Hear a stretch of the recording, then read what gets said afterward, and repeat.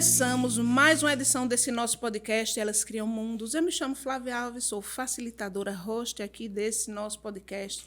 Hoje eu tenho uma convidada ilustre, uma pessoa fantástica, com uma história profunda de coragem. Nós vamos aprender muito com a história dessa mulher, que eu tenho uma grande honra de fazer parte do ecossistema dela, de ser amiga dela. Nós construímos essa jornada. E chega aqui a Petrolina para fazer uma palestra, ela é palestrante, ela tem um ecossistema maravilhoso, ela ajuda outras mulheres, outros homens também a chegarem no ponto que querem chegar, serem empreendedores. Ela é experta em modelos de negócio formados por ecossistema. E eu tenho a grande honra de trazer aqui hoje, nesse nosso podcast, a minha amiga, a dona de um ecossistema maravilhoso ao qual eu faço parte. Nathalie Azevedo, seja muito bem-vinda ao nosso podcast Elas Criam Mundos. Obrigada, Flávia. É uma honra estar aqui. Eu sou muito agraciada com a sua amizade, com o seu respeito, com quem você representa na minha vida. Que Deus continue honrando você, levando essa palavra para tantas mulheres que precisam conhecer histórias de sucesso, de mulheres que, de fato, criam o mundo. Obrigada, minha querida. E para se inspirarem, né? O grande objetivo desse nosso podcast, eu sempre falo, é impactar a vida de mulheres que, por qualquer motivo, paralisaram. Então, existem mulheres que caminham apesar de, existem mulheres que param por causa de. E esse momento aqui, esse nosso podcast, vocês como convidadas que eu trago, aprendo sempre muito também junto com vocês e com elas, é para dizer assim, nada que é grandioso é fácil, tudo que é importante exige um processo. E essas histórias, essas jornadas de mulheres que passam por aqui servem para isso, para que as mulheres que vão nos ouvir, nos assistir, elas entendam assim, poxa, eu também posso. Eu posso construir o meu mundo, eu posso construir a minha jornada, basta que eu me movimente e que eu faça aquilo que precisa ser feito. Então, você, Nathalie, é uma mulher de resultado, é uma mulher de coragem, sabe? Todas as mulheres que sentam nessa cadeira, elas têm uma representatividade na sociedade, elas servem, inclusive, à sociedade, a outras mulheres. E eu queria muito, nesse momento, trazer aqui para a nossa audiência a sua história. Né? Nós vamos falar onde você está hoje, né? Qual a sua posição no mundo do empreendedorismo feminino. Mas, para além disso, é muito importante a gente falar do início da sua trajetória, de tudo que você viveu. E sempre, a primeira pergunta que eu faço, para ilustrar também esse nosso podcast, é perguntar à nossa convidada, Nathalie, em que mundo você vive? Eu acho que eu vivo em mundos, né? Por quê? Eu tenho um mundo que me sustenta, que é aquele mundo dos meus princípios, que são um mundo norteador das minhas escolhas, porque durante muito tempo eu me vi perdida em mundos de outras pessoas para alcançar os resultados dessas outras pessoas. Até que eu me encontrei e, a partir disso, entendi que eu fazia já um mundo já pronto, onde eu só precisava acessar esses princípios. Então, hoje, quando eu entendi o meu motivo de estar no mundo, eu acredito que hoje eu sou uma facilitadora de mundos. Eu aprendi que não é o meu mundo que tem que brilhar nesse processo, e foi aí que eu me encontrei. Porque eu sempre acreditei que era a partir do meu brilho que eu auxiliaria outras pessoas. E eu percebi e me encontrei, inclusive este ano, que não é assim. É ao contrário. Eu sou uma aceleradora de processos e construção e equalização dos mundos dos outros. Então, quando você falou em mundo, eu não sei se o pessoal já viu um filme, um desenho animado, que como eu tenho criança pequena, eu vejo muito desenho animado, que é quando tem um menininho e ele fica brincando com vários mundos, porque ele está fora dele. E quando você falou isso, eu me veio essa imagem, né? Então, eu sinto que aqui eu estou só de passagem e que eu sou uma facilitadora de colocar as pedrinhas no lugar. Então, o mundo que eu estou nesse momento é um mundo de serva. É um mundo que eu entendi que eu preciso, a partir de tudo que Deus me deu na minha vida de aprendizado, organizar um mundo de outras pessoas. Então, foi assim que eu me encontrei, principalmente esse ano, de me sentir em paz, entendendo que o palco não era meu, que o palco é de outra pessoa, mas quem estrutura o palco e o roteiro sou eu. E aí eu me encontrei. É esse o mundo que eu estou nesse momento. Possa ser que amanhã o Senhor me chame para um outro tipo de mundo.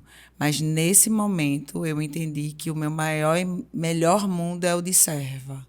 Perfeito. E é bíblico também, né? O maior no reino de Deus é aquele que serve realmente. Mas, Nathalie, me conta um pouco mais sobre esse momento, esse ponto que você saiu, né, desse modelo de participar do mundo dos outros, né, que foi uma fala sua, que eu acho muito importante a gente falar sobre isso, para auxiliar outras pessoas, para fazer o seu caminho, né, para tomar suas próprias decisões. Como é que foi esse momento, esse ponto, essa mudança, essa virada de chave na sua vida que acredito, não sei se você era CLT ou se você era terceirizada de outras empresas, ou se, por exemplo, como eu comecei a minha vida profissional, né? Comecei como enfermeira, você começou como psicóloga, acredito, deve ter trabalhado em multinacionais, não sei. Mas essa mudança de perspectiva de posso mais, não é só isso. Como foi que aconteceu? Eu acredito que a gente... eu escuto muito isso, eu ainda sou psicóloga há 21 anos. É um dos pontos que eu sempre digo que, independente do caminho que a gente percorrer, a gente não pode tirar os 2 pés do chão. Por quê? Porque senão a gente desconecta da realidade. E nesses 20... Eu trabalho desde os 9, né? Então, nesses 20 anos onde eu faço o que eu faço hoje, vamos dizer assim, obviamente com modelos diferentes, mas basicamente eu construo ecossistemas, né? Hoje eu chego a um grau de maturidade no sentido de entender que não é sobre colocar mais, é sobre esvaziar. Eu escuto muito a pessoa dizer, se eu tivesse a cabeça que eu tenho hoje, eu teria acelerado muito mais. Você tem a cabeça que você tem hoje exatamente pelas coisas que você passou. Só que isso, vamos dizer assim, cognitivamente é muito fácil de entender. Mas isso de introjetar, de fato, onde você se permite ser você, na singularidade que você é, e você tem mais paciência com você, você tem mais...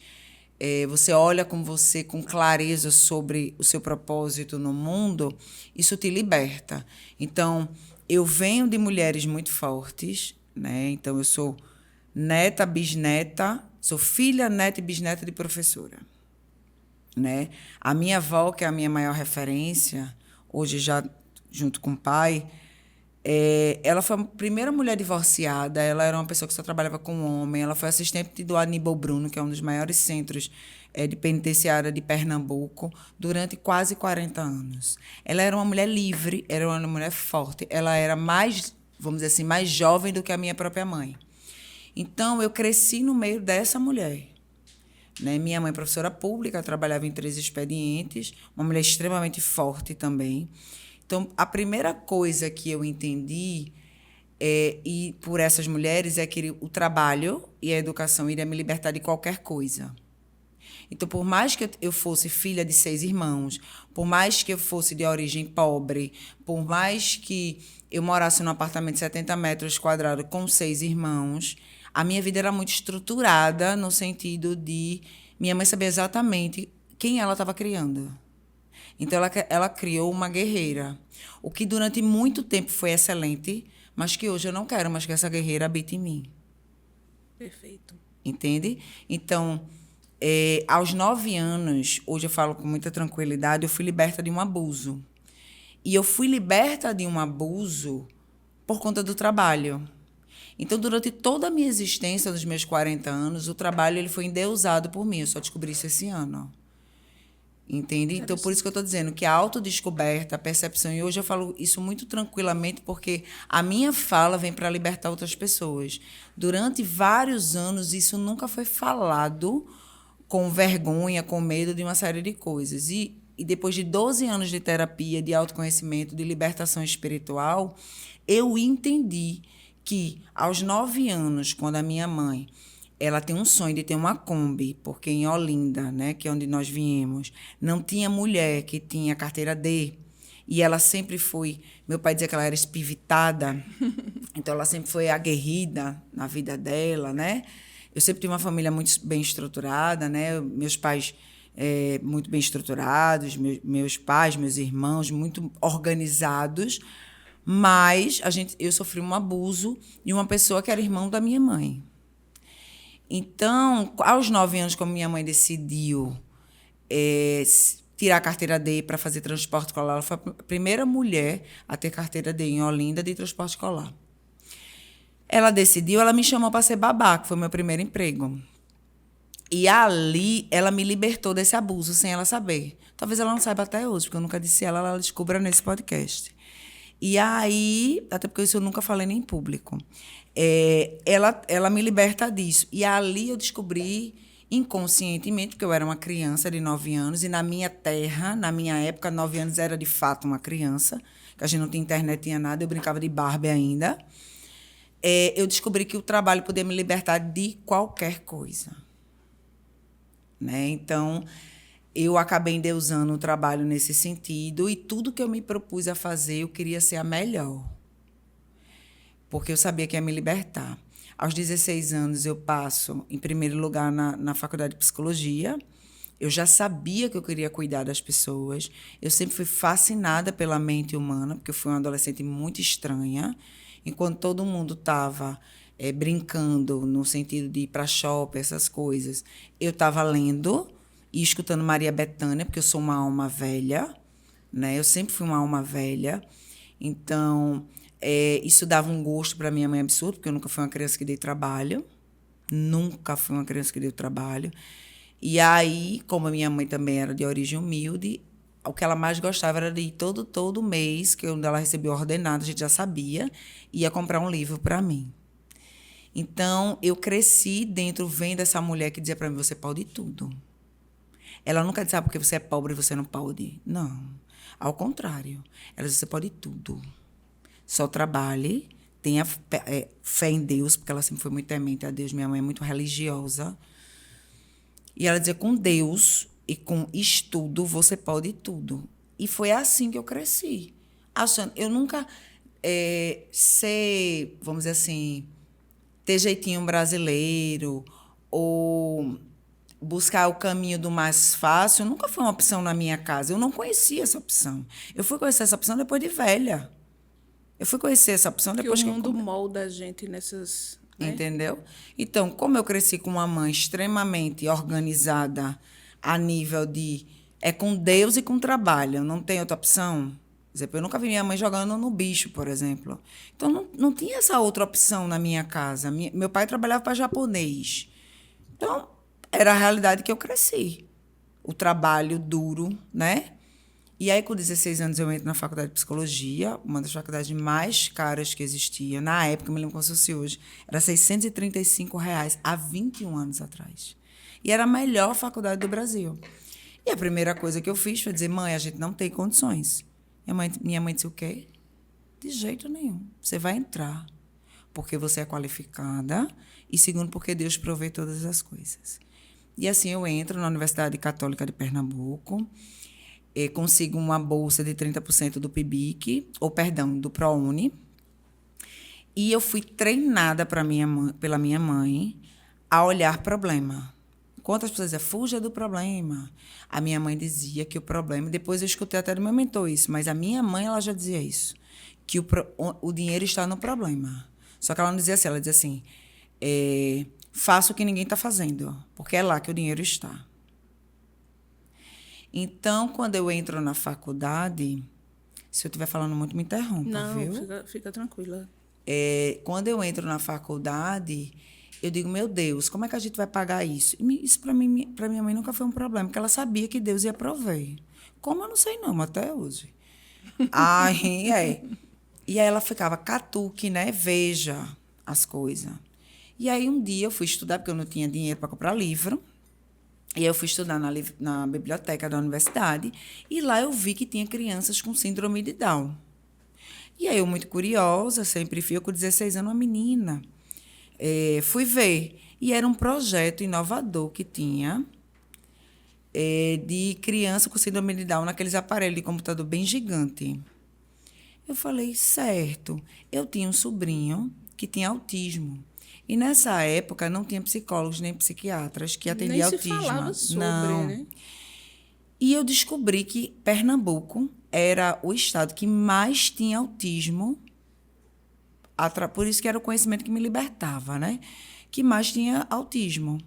E aí a minha irmã mais velha, a Suzana, com esse meu filho, não tinha assistência nenhuma em Recife. Então ela tinha que criou uma associação e ela tinha que mandar vir a psicóloga do filho de Jô Soares. Era caríssimo. E ela tinha um método, TIAD, que agora é bem difundido, mas na época não existia, que vinha e treinava estagiárias. Eu estava no meu primeiro período. E fui treinada com ela para baratear o custo de minha irmã e acompanhar o meu sobrinho na única escola em Recife, o Santa Emília, que aceitava crianças, porque o grau de autismo dele era severo. Aprendi isso, e aí o que eu fiz? Meu primeiro projeto para a universidade, chamado Me Situa, vê que é original, que é autismo ao contrário, e entreguei para a universidade, dizendo, olha, assim como vocês fazem com síndrome de Down, eu tenho um projeto. Mostrei para essa professora, que não era de psicologia, era de pedagogia. Por isso que eu digo, esteja pronto quando Deus te der a oportunidade. Que é uma chave que eu tenho até hoje, com meus 40 e pouquinho. Esteja pronto. Então, quando você está pronto, a oportunidade aparece, né? Pronto para começar, não é pronto para início, meio e fim. Agora você tem que ter uma coisa que eu aprendi com a minha mãe, é que você tem que saber para onde você vai. Fracasso nunca foi uma opção. Eu nunca coloquei a responsabilidade do meu sucesso ou do meu fracasso nas costas de ninguém. Eu sempre achei que era eu que tinha que fazer. Porque a parte de minha mãe e de meu pai, eles já tinham feito. Meu pai trabalhava domingo a domingo. Eu só via meu pai de tempos em tempos. Ele era metalúrgico, então o que ele tinha que fazer, ele já fez. Muito importante a gente falar sobre isso, porque tem muitas pessoas que não têm o resultado que desejam, porque o mundo não me ajuda, porque o externo não é favorável, e não é assim que funciona, sabe? É a questão do não ser vítima da sua própria história. É muito importante a gente falar sobre isso, porque quando você fala da sua trajetória acadêmica, a gente já sente que você era uma pessoa que buscava fazer o diferente. Sim. E acho lindo a questão de todo o seu discurso permear com o ícone que é para você a sua mãe, o exemplo, a importância que é você ter uma estrutura familiar que te dá o exemplo, porque os nossos filhos, né, eu tenho um filho, você também, eles não vão fazer o que a gente manda, eles vão repetir exatamente aquilo que a gente faz. Então, veja, sua mãe, naquela época, ela já era uma mulher que dava o passo sem ter. Sim. Sem ter, porque se você estudava numa faculdade dessas, ela deve ter movido céus e terras para te deixar lá, e talvez você nem saiba o quanto foi difícil para ela. Acho que esse momento é muito bacana, porque você fala coisas que talvez ela não saiba, e talvez existam movimentos que ela fez que você também não sabe, para que você tenha se formado e para que você tivesse um nível superior, que não era fácil naquela época. Hoje é um pouco mais, né? Hoje é um pouco mais fácil, mas naquela época não era. Eu só queria pontuar que nós somos nordestina. Duas questões. Minha mãe, ela não era uma mãe Nutella, né? Aquela mãe, vamos, gente, sente todos aqui na mesa. Não era. Minha mãe acordava 4h30 da manhã. Eu acordava com ela. A gente, às vezes, saía com pão com manteiga, porque pão com manteiga não estraga, para ir buscar os filhos dos outros. Só que a gente nunca teve mimimi. Minha mãe, ela nunca foi, ai, oh, Deus, como Deus. Não, não, não, não, não. Nunca. Então, a gente sempre entendeu que era assim, era o que era para ser feito. Não tinha essa opção de, ai, porque pode traumatizar. Ai, porque quando eu chegar da escola, minha mãe vai me deixar lá, meu irmão vai me buscar para esquentar minha comida e ela vai dar aula. E isso pode traumatizar porque ela é criada pelo irmão. Não existia essa coisa, esse Essa ranço, coisa melindrosa entendeu? demais, Que né? hoje você tem que ter muito cuidado. Se você fala uma palavra truncada, você é cancelada, a pessoa diz, ai meu Deus, isso me magoou. E aí me lembra muito uma frase que eu escutava muito, que é de Flávia Melissa, essa frase. Ela diz assim, bateu, doeu, leva para casa que é seu. Ou seja, se eu falei qualquer coisa que você se machucou, é um problema seu, não meu. Isso fala de você, isso não fala de mim.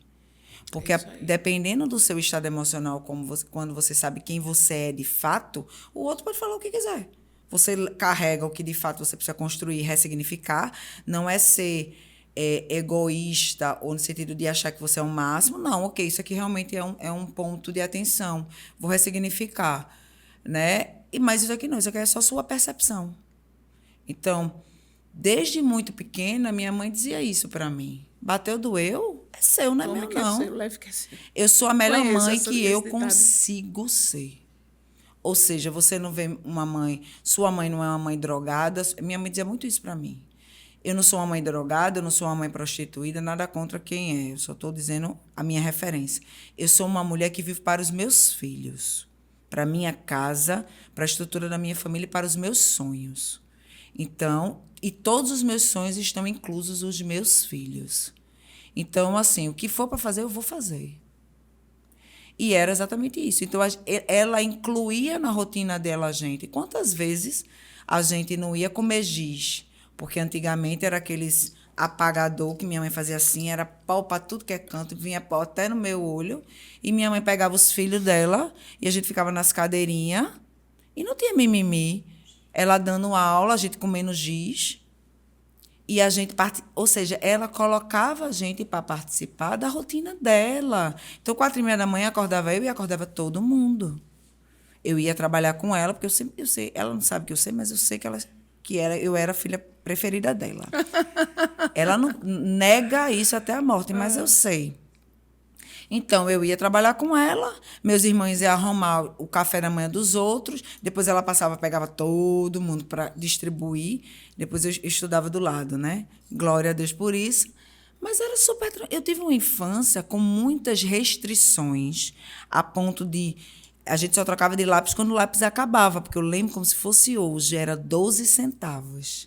Porque era exatamente quando o lápis estava acabando, era o dinheirinho que minha mãe dava para a gente ir na mercearia, em Americana, no interior de São Paulo, comprar um novo lápis. E era para a gente, aquilo era normal, era sem trauma, sabe? E comer um cachorro-quente no mês, por exemplo, minha mãe ela fazia questão. Toda vez que ela recebia, ela juntava os filhos, ia no Shopping Center Recife, aí tinha um cachorro-quente, não tinha nada de cachorro-quente, meu Deus, desse tamanho. Aí ela dividia, e para a gente era maravilhoso e não tinha mimimi, porque a gente sabia que por mais que a gente tivesse privação, era o melhor. O melhor que podia ser oferecido naquele E momento. estava tudo certo. Deixa eu lhe perguntar uma coisa. Você falou aí uma coisa muito importante que você está falando, essa frase não sai da minha cabeça. Você falou assim, eu não quero mais esse título de guerreira. Eu lembro que você falou isso no meio aí da sua fala. Eu não quero mais esse título de guerreira. Essa frase tem a ver com o que você aprendeu hoje ou com toda a história que você viu a sua mãe viver para criar vocês? De onde vem essa frase? Eu não quero mais esse... Vem de 3 pontos. Primeiro, hoje é porque assim, você me pegou num momento que eu tô com uma clareza muito grande de vida. Tá? Muito grande, muito grande. Dificilmente alguém vai tirar do caminho que eu sei que eu vou percorrer.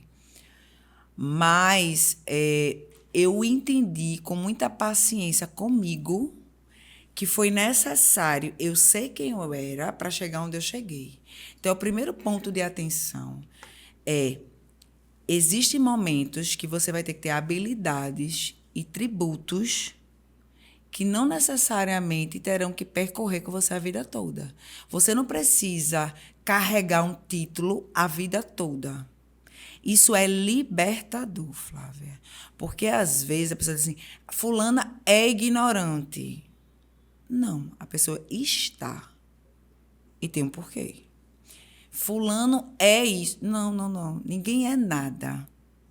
Então, durante muito tempo, eu tive que ser essa guerreira, porque eu era nordestina, pobre, e inventei de trabalhar numa indústria onde 99% era homem e tinha uma penca de filho. Nenhuma empresa queria uma mulher que tivesse filho. Então, durante muito tempo, eu tive que me masculinizar, eu tive que ser tiro, porrada e bomba para alcançar o que eu alcancei, a ponto do meu resultado vir primeiro. A pessoa não sabia nem meu nome. Mas para onde eu olhava, ver ecossistema montado, fui eu que fiz. Isso foi aqui em Pernambuco, ainda ou já em São Paulo? Comecei aqui em Pernambuco. Eu entendi, por exemplo, com a empresa que hoje eu trabalho também, mas hoje como parceira, que se eu fosse pelo caminho normal, eu não chegaria. Por quê? Eles não iam dar, vamos dizer, a abertura para uma mulher nordestina com filho. Então, eu escondi, literalmente, a minha família, para ninguém saber que eu tinha a quantidade de filho que eu tinha, e entendi que eu ia ter que primeiro gerar os resultados. Então, durante muito tempo, ninguém nem sabia se eu era homem ou mulher. Eu era sexuada. Eu comecei a prestar serviço para vários lugares, intencionalmente, que estava assim, à beira da falência, para que ele gerasse resultado, porque eu sabia, eu sempre tive essa coisa, Flávia, comigo, de eu sei. E se eu não sei, me dá um tempinho que eu vou descobrir como é. Ou eu vou servir alguém que sabe, mas eu nunca tive paralisia de dizer assim, não sei e passa. Nunca. Isso veio também de minha mãe. Então eu disse, eu posso aprender qualquer coisa. Se eu tenho 2 braços, 2 pernas, olhos e ouvidos, eu posso aprender. Tanto é que eu aprendi de buffet ao resto, quando eu passei muita necessidade com meu filho, né? Que eu fui mãe solo. Eu tinha isso na minha cabeça. Então, eu dizia, ok, entrei no modelo novo, meio de pagamento. Não tinha nenhum. Eu fui, durante 11 anos, a única mulher CEO em meio de pagamento do Brasil. Não existia. Só que, para eu chegar nisso, ninguém podia saber que eu era mulher. Muito menos nordestina e muito menos que eu tinha uma penca de filho. Então, o que é que eu fiz? Peguei a empresa que estava à beira da falência e comecei a fazer o que, desde criança, eu fui ensinada a fazer. Vá no problema e entregue resultado. A ponto do meu resultado chegar em São Paulo e a adquirência chegar e dizer, quem é essa pessoa que está reestruturando tanto a ponto da maior operação do Brasil está em Recife? Eita, é uma mulher. Eu preciso conhecer. Acharam que eu tinha uma opção homoafetiva, até porque eu sempre fui uma mulher muito dura. Durante muito tempo, eu tive As pessoas diziam que eu era aquela mulher do filme O Diabo Veste Prada. Porque eu sempre fui muito...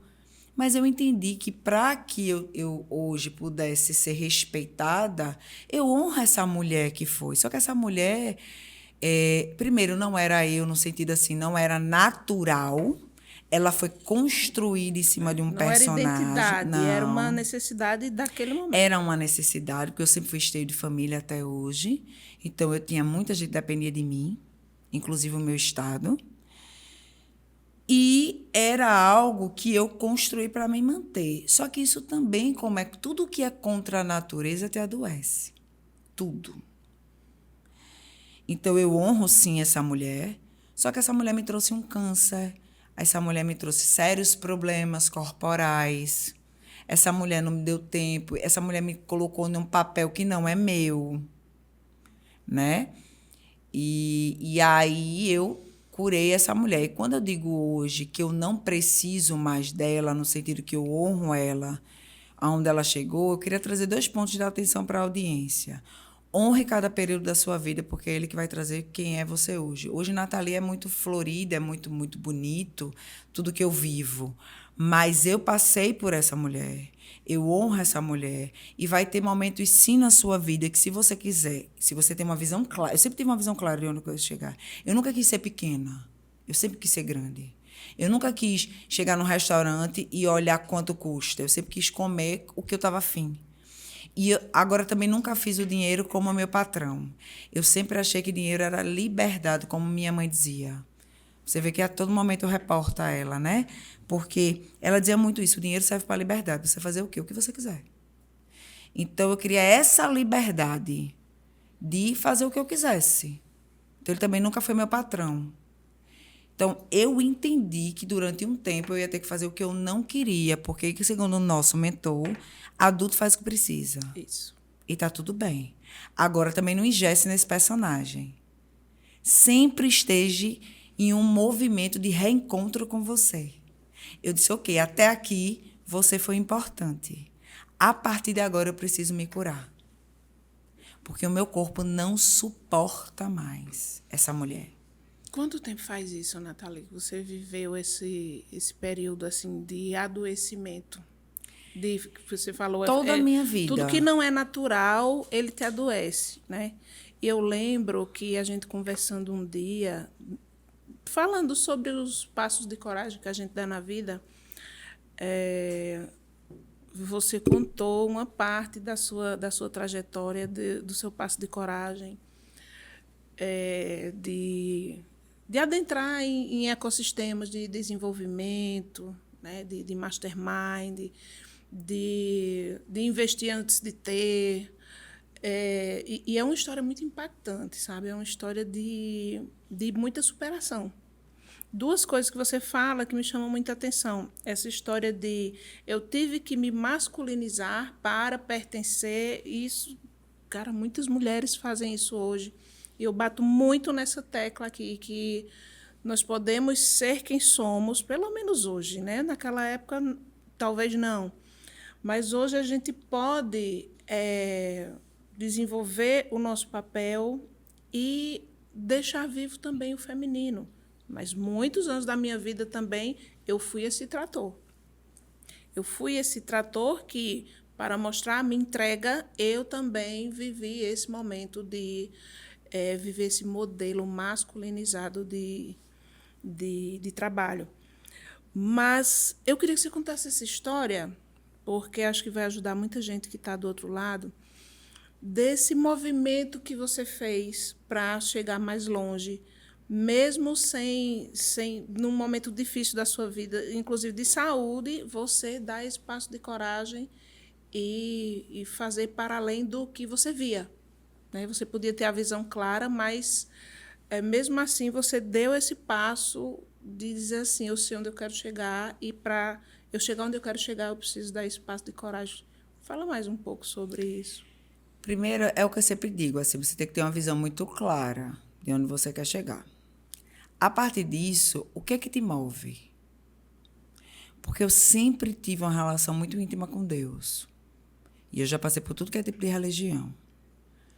Mas eu sempre tive isso muito claro. E eu tive o fundamento de minha mãe, que dizia que tudo eu podia. Então, se eu sei aonde eu quero chegar, e eu sei que qualquer coisa eu posso aprender, e que Deus não me abandona, meu amor, me jogar de um penhasco é tranquilo. Porque assim como a Bíblia diz, os anjos irão te amparar. Então, eu nunca me arrisquei em coisas, vamos dizer assim, eu vou fazer uma viagem para Londres porque eu estou precisando descansar. Não, os meus, vamos dizer assim, as coisas que eu me arrisquei era rumo à visão que eu tinha, clara, de que, ok, eu já cheguei no patamar onde não tem mais como eu crescer em meio de pagamento. Eu já sou a maior sumidade, porque na minha terra, a maior sumidade, eu não conhecia esse mundo que eu conheço hoje. Era ser CEO de uma empresa de outra pessoa. Porque você ser CEO da sua é tranquilo. Porque aí, né, você é dono. Mas o que lhe validava era ser CEO da empresa de outras pessoas. Então, durante a minha vida, eu busquei isso. Aí chegou um momento que eu já era CEO da empresa de várias pessoas. Eu falei, eu vou mais para onde? Né? Ok, já me provei. Já consigo me sustentar, já consigo ajudar meus pais, já consigo honrar minha família, já consigo ser esteio de muita gente. Mas eu não consigo mais. E eu sempre soube que eu ia ser muito grande. Muito grande. Isso era uma coisa in natura, vamos dizer assim, mas não grande no sentido de ser muito conhecida, não, grande no sentido de expansão, porque eu sempre transbordei, Flávia, em tudo que eu fiz. Meu pai dizia assim, se você só pode comer arroz com chuchu, eu acho que eu até já te contei isso, faça o melhor arroz com chuchu, que você, ele, cultura japonesa, meu pai não é japonês, mas foi estruturado dentro de uma cultura japonesa. Ele dizia, faça tudo com esmero. Então, qualquer coisa que eu fosse fazer, como eu falei, na faculdade, eu fui honrada na faculdade, virei funcionária da faculdade, bolsa 100% da faculdade. Saí da faculdade com um projeto solo. Eu fui a única pessoa que saí da faculdade com emprego. Fui trabalhar no IMIP, maior centro, né, estava montando ainda a equipe de psicologia no IMIP. Fui referência no IMIP. Depois saí para uma concreteira. Sabe assim, nada a ver com nada a ver. Fui referência na conta. E porque meu pai dizia sempre, tudo que você for fazer, faça com esmero. Falei, ok. Deus me deu a oportunidade de fazer um curso. Né? Na época eu estava com câncer, um curso do Joel, mas era o curso que eu podia pagar, que não era com ele diretamente no sentido pessoalmente, que era o Performance. Disse, vou fazer, mas eu não vou fazer do nada. Eu vou fazer sendo a melhor naquilo que eu faço. Mas nunca foi a melhor para os outros. Era honrando o valor que eu estava investindo em tudo que eu fiz. Então, era honrando o valor da minha mãe, honrando o valor da academia, enfim. E aí eu lembro como se fosse hoje, era 1997, que para mim era uma fortuna na época, 4 anos atrás. Né? Dia 5 agora de dezembro, fazem exatamente 4 anos. E fui fazer. Só que eu não era uma aluninha, eu me engajava no grupo, eu fazia acontecer, e fui chamada com 1 mês de performance para um evento presencial, aqui em São Paulo. Lá. É. Lá em, eu tô lá em São Paulo. E aí o medo, né? São Paulo, sozinha, né? No meio de um monte de gente. E aí vem um terceiro ponto. Nunca deixe seu medo lhe paralisar se você tem uma visão clara para onde você quer ir. Boa. Né? Então, eu tinha minha visão clara, não queria ser grande, a oportunidade surgiu. E agora? Eu vou deixar me paralisar? Não, vai com medo mesmo. Vai com medo e vai orando, né? Você saiu de Recife, Pernambuco, para ir morar em São Paulo já nesse momento, não? Não. Eu fui lá. E quando eu cheguei lá, tinha 400 pessoas, todo mundo falando das suas empresas, do não sei o quê, não sei o quê. Eu disse, o que é que eu estou fazendo aqui? Eu sou funcionária, assim, eu presto para várias empresas na época. Gente, eu não tenho empresa, o que é que eu estou fazendo aqui? E aí, a minha alma, vulgo consciência, começou a me dizer, o que tu estás fazendo aqui? Não tem nada a ver isso para você. Isso aqui é campo de blogueirinho, não. E aí eu usei aquele famoso salmo, né, que diz, aquieta-te, alma. E eu tenho muito essas palavras de exortação. Isso não é você. Isso é seu medo. É um exercício que eu faço muito comigo, que talvez ajude pessoas, eu dou um zoom out, assim. Eu olho a situação como se eu estivesse numa nuvem. Isso desde criança dá muito certo para mim. Eu olho a situação quando eu estou com muito medo, ou eu estou querendo ter, porque eu já sei quando eu estou indo para a crise de ansiedade. Quando eu estou querendo entrar na crise, eu dou um zoom out, assim. Eu digo, calma. Aí fecho o olho, respiro fundo e me vejo numa nuvem, como se eu estivesse me olhando de cima. E ali eu consigo ver 360 graus. E aí, quando eu já volto com a validação. Eu já digo, isso não é você. Aquieta-te. Né? Para. Quem está falando? E aí eu me autorregulo. Né? Porque no meu tempo, a psicóloga era luxo. Então, a gente se autorregula. E aí você chegou lá nesse lugar? Cheguei nesse lugar, sentei na frente, deixei de comer, por isso que eu estou dizendo, nada good vibe. Isso é eloquência da internet. Volto a dizer, você precisa ter princípios claros, saber onde você quer chegar e pagar o preço. Exatamente. Então, estava lá um maravilhoso coffee break, eu com uma fome, eu lembro como se fosse hoje. Eu sempre gosto de lembrar para saber de onde eu vim. E aí, eu lá na frente, assim, colada na plateia, e sentindo um cheirinho de pão de queijo, eu com uma fome, eu digo, vou sentar na frente, porque esse homem vai me ver. E corri, caí, veio. Não é porque você está fazendo tudo certo que vai dar tudo certo, não, viu? É outro ponto de atenção. Caí, perdi o lugar na frente. Caí mesmo de machucar meu joelho. Mas Deus é tão maravilhoso e bom que uma coleguinha que estava comigo guardou meu lugar. Ai, que maravilha. Porque é exatamente isso, confie em Deus. Se você faz sua parte, relaxe. E aí sentei na frente. Se você me perguntar até hoje o que foi que Joel falou, não sei. Porque eu estava tão maravilhada com aquela situação, em ação de graça. Gente, Joel, que ela está falando é Joel J, tá? É porque o nível de intimidade é esse mesmo. Ela disse só o Joel, mas é Joel J. E aí, na época, eu estava tão agradecida que é um quarto ponto de atenção. Mantenha-se no estado de graça. Sempre. Regule-se para não ser murmurador. Porque a gente é um campo vibracional.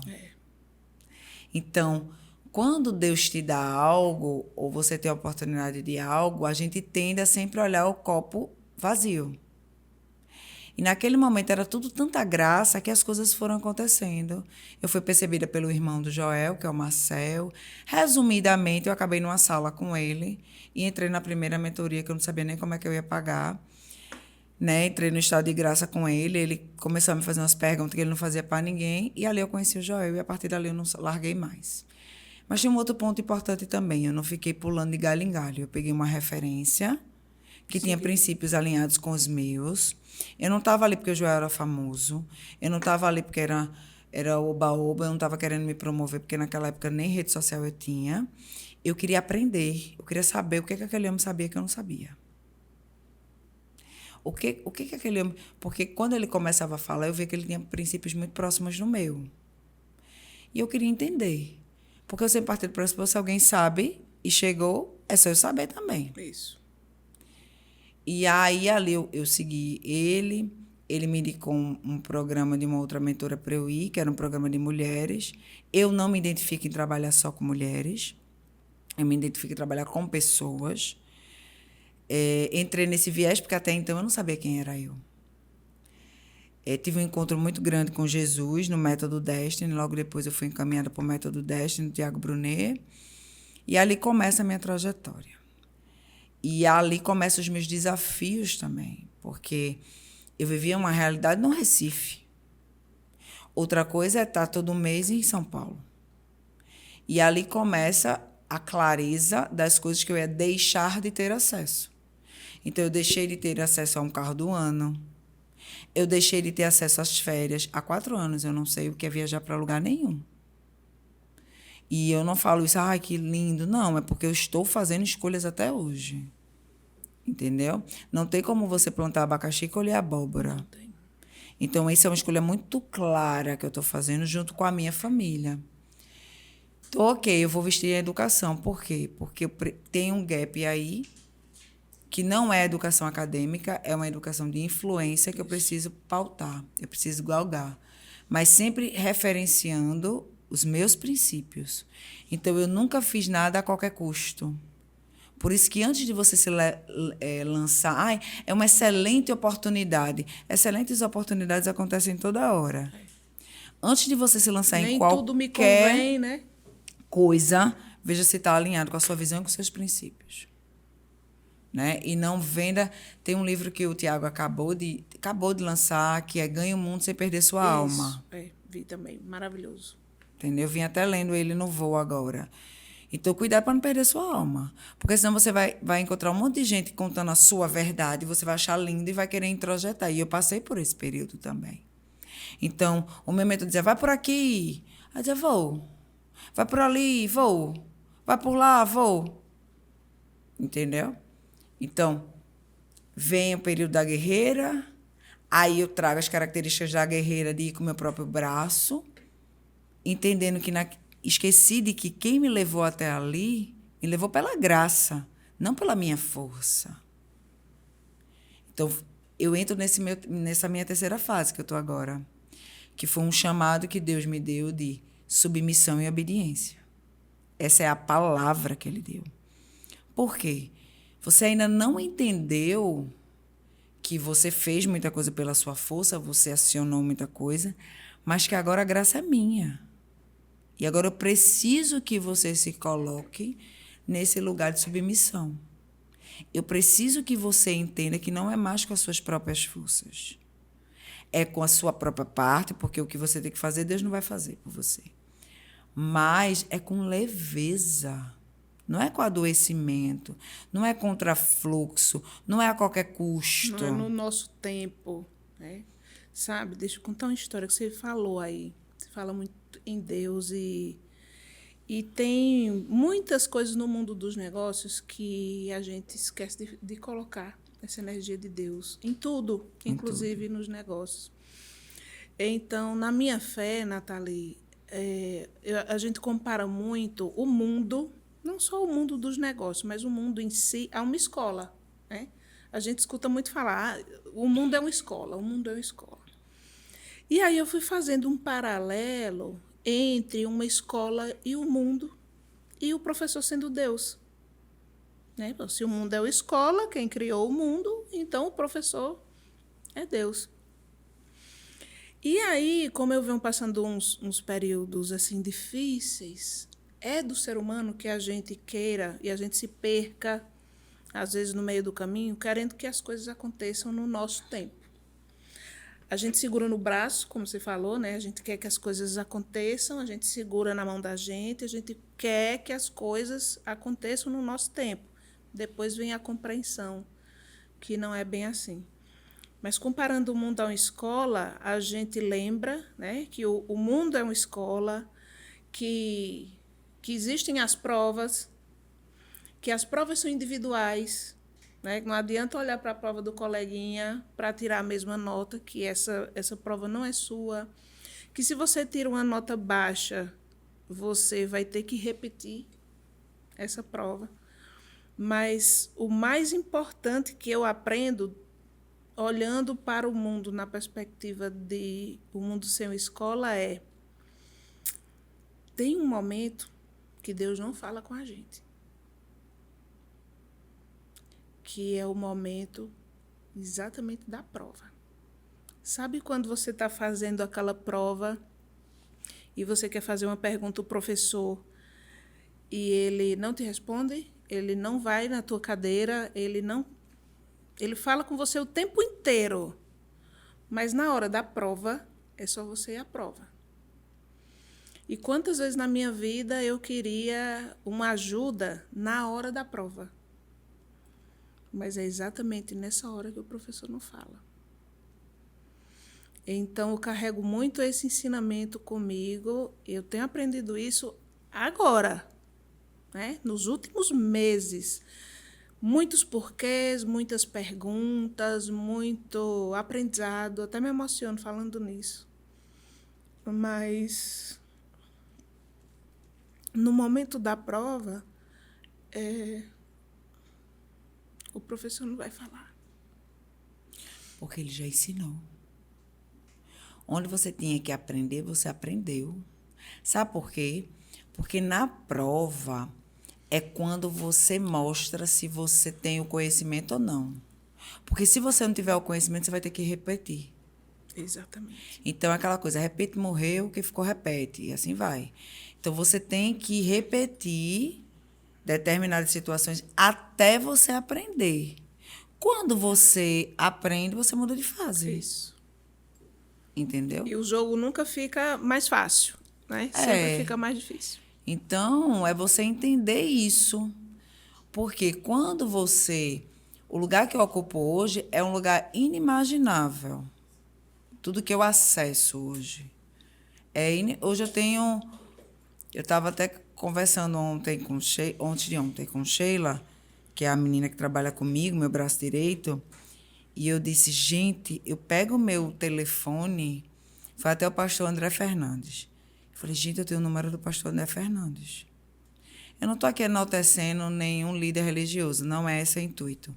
O intuito que eu estou dizendo é assim, gente, eu tenho o telefone particular do Joel J, do Flávio Augusto. Assim, eu vivi para ver isso. E eu não posso. E aí, como eu estou trabalhando nisso, mas eu tenho dificuldade do desfrute, porque a minha vida sempre foi muito dura. Então, eu falei, eu não posso olhar para isso com normalidade. Eu tenho que olhar com ação de graça. Isso. Perfeito. Como eu tinha que olhar com ação de graça, e eu olhava na época, por isso que eu também não posso perder a minha essência. Porque o que fez eu ter a força que eu tive para superar tanto caos na minha vida, né, um câncer, filhos, enfim, adotivos e tal, era exatamente estar sempre no estado de graça. Então, quando eu tinha aquele pão com margarina, que não era manteiga, e açúcar, eu estava extremamente agradecida, porque a minha mãe sempre lembrava de quem não tinha. Então, eu não posso chegar hoje que eu tenho pessoas me disputando para fazer uma palestra, ou pessoas me disputando para ser investidor de um programa meu, e achar que isso é normal. Porque senão eu saio desse lugar de graça. E eu acredito que é mérito, e não é mérito. Porque existem milhares de pessoas tão bom quanto eu. E eu preciso ter isso claro para mim. Porque nós somos seres vaidosos. Somos. Então, se nós não pontuamos isso para... E não é sobre o outro pontuar isso para a gente. Óbvio que eu acredito sim, assim como o Tiago Brunet, que todo mundo que cresce tem princípio de repreensão na sua vida. Então, você vê grandes empresas, por exemplo, todas elas têm conselho. Né? Então, eu tenho os meus princípios de repreensão na minha vida. Óbvio que você tem que também saber quem são os seus princípios de repreensão. Você não vai botar mais a minha mãe como princípio de repreensão nas minhas finanças, porque ela não entende. Mas você tem que ter os seus princípios de repreensão para você acelerar, porque a pessoa que está de fora vai ver coisas que você não está vendo. E você ser humilde para entender que você é um projeto inacabado. Sempre. Você pode acessar o que você estiver acessando, você tem sempre o que aprender. E aprender com quem? Com todo mundo, não é só com os gigantes. Eu tenho um rapaz que se chama Ivanildo. Ele agora está famoso. Ah, sei quem é. Seu Ivanildo. Até eu sei quem é, seu Ivanildo. Porque seu Ivanildo é o rapaz que cuida dos carros lá do prédio, né? Porque o meu escritório fica no mesmo prédio do Joel. E ele, todo dia, ele manda uma palavra. Ele não sabia nem que era Joel. Todo mundo acha que ele manda a palavra para Joel. Gente, ele faz isso desde que o mundo é mundo, antes do Joel chegar no prédio. Então, ele sempre abria. Você quer ouvir uma palavra? E eu chamo ele de mensageiro da Boa Nova. A gente sempre chamou ele assim. E ele é uma pessoa que só em você falar com ele, ele transmite sabedoria.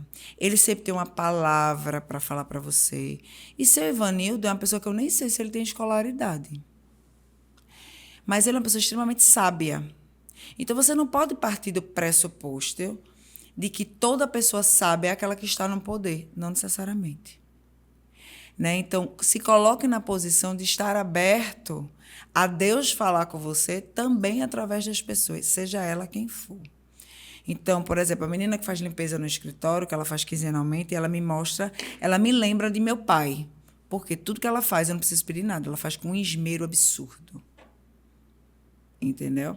Seu Ivanildo, ele me lembra a sabedoria de minha mãe.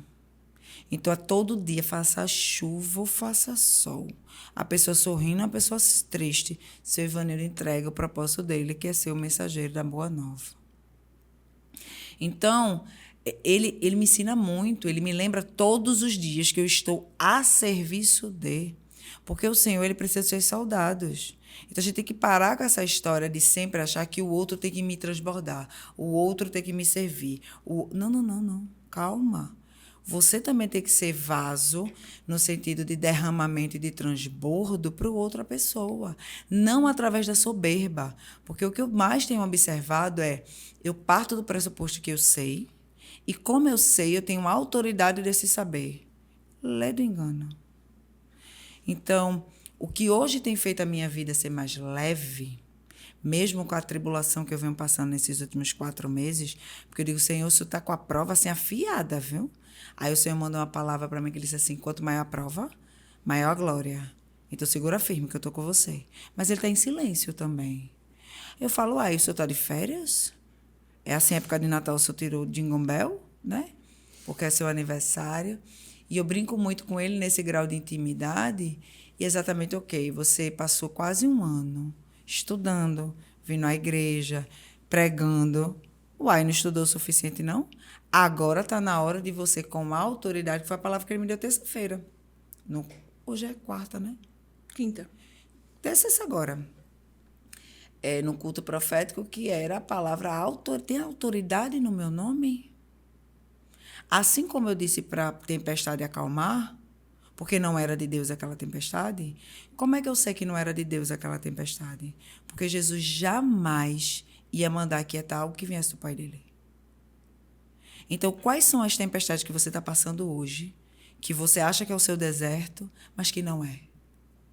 Que são tempestades criadas ou por você ou pelo seu inimigo. Você só vai saber isso se você tiver clareza do que você quer, dos seus princípios e aonde você quer chegar. Porque eu percebi que na minha trajetória, várias tempestades fui eu que criei. Exatamente Não era isso. tempestade de aprendizado, não era deserto, não era prova. Fui eu que criei. Então, se eu criei, eu resolva. Só que aí ele me disse terça-feira, eu tenho uma autoridade. Você não tem poder, mas você tem poder através do meu nome. Então, você tem autoridade para quando você perceber que uma tempestade não foi minha, porque se foi minha, eu vou lhe dar os recursos para você passar por ela. Mas se não foi minha, você dizer à tempestade, aquieta-te. Shhh, silêncio. Quieto. E foi o que eu fiz essa semana e ela aquietou.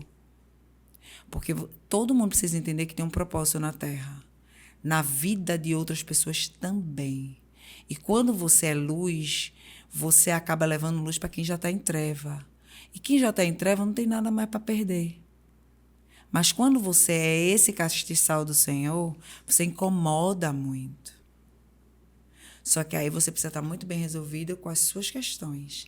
Senão, você vai ser aquele pontinho onde as suas mais paixões vai tomar a frente. E se contamina de novo, né? Então, é muito sobre isso. É você ter suas referências, você saber para onde você vai, você entender quais são as tempestades que você tem que passar, sim. Quais são os pontos de atenção, sim. Quais são as provas que você está passando. Mas sem você esquecer de quem você é. Nunca esqueça de quem você é. Nunca esqueça o que você está fazendo aqui. E se está na dúvida, outra coisa que eu aprendi com o Davis e a Leonardo, ele fala assim, se o Senhor está em silêncio, não quer dizer que o Senhor está permitindo que você faça. Exatamente. Ele está, muitas vezes, observando para onde você vai. Silencia Quais também. são as decisões que você vai tomar a partir disso. Porque, como você mesma falou, né, a lição já foi ensinada. É isso. Nathalie, esse momento de maturidade que você está, maturidade no mundo dos negócios, maturidade religiosa, maturidade como mulher, maturidade segura. Eu vejo você uma mulher segura, porque você fala muitas vezes assim, eu sempre tive clareza, né, a visão de onde eu gostaria de chegar. E a gente já está partindo assim para o final. Eu queria lhe perguntar quais são os próximos passos? O que falta, se é que falta alguma coisa para você conquistar? O que é que você vislumbra assim? Qual é a sua próxima visão? Eu tenho visões claras para cada etapa, tá? Eu tenho visões enquanto mãe. Eu quero cada vez mais montar um ecossistema autossustentável para que eu consiga trabalhar com família e aí trazer meus filhos mais para junto, porque a gente fez um combinado nesses últimos anos que eu estaria como mãe mais longe. Então, eu tenho um projeto mãe. Talvez eu adote outras crianças, porque o mundo está precisando disso. Tem muita criança abandonada.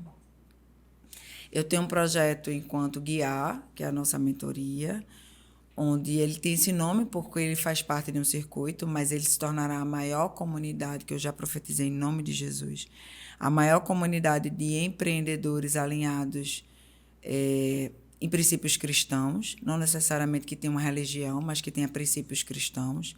Então, ela vai ser uma comunidade autossustentável, onde lá não vai existir mentira, onde lá não vai existir falcatrua, onde lá não vai existir gente que passa a perna. E ela vai ser essa comunidade. O como eu ainda não sei. E o projeto que eu tenho agora é de submissão, no sentido de que eu estou treinando, nesse momento, de dizer assim, qual é o próximo passo? Não sei. Eu sempre fui a mulher do planejo, né? Do planejar. Vamos fazer o planejamento. E o Senhor tem me pedido que eu não planeje mais. Que o planejamento vai ser dele. E que tudo que eu encontrei, essa foi a palavra dele mesmo para mim, assim. tudo que eu vivi até agora, que eu achei que foi por mão de alguém, ele iria dar, tanto é que ele está dando, né? Hoje o escritório que eu estou, enfim, é totalmente graça. Seria de uma maneira que eu saberia exatamente que tinha sido dele, porque viria de mãos que eu não imaginava. Então, nesse momento, que para mim é bastante difícil, eu acho que eu estou no momento, a nível comportamental, mais desafiador da minha vida, porque eu sempre fui fazedora, e o Senhor tem me pedido a submissão a ponto de eu dizer, vou ou não? Ah, peraí, tem que o Senhor responder. Mas vai passar o prazo, então vai passar. Porque ele me pediu isso. Então, esse é o momento que eu estou treinando comportamento, que tem sido bastante difícil para mim, Flávia. O fazer em Deus. Fazer para Deus. Então, eu sempre quis ser um ponto de atenção. E o Senhor disse para mim que eu não serei mais um ponto de atenção. Que eu serei um ponto de aceleração para o outro. Então, eu falei, Senhor, quando chegou a hora de colher, eu não vou colher, não, é? Eu estava tendo essa conversa essa semana. Eu falei, uai, mas agora que eu vou colher, eu não vou colher, não? Ele falou, não. A sua colheita vai ser fazer com que outras pessoas, improváveis como você, entrem nesse processo.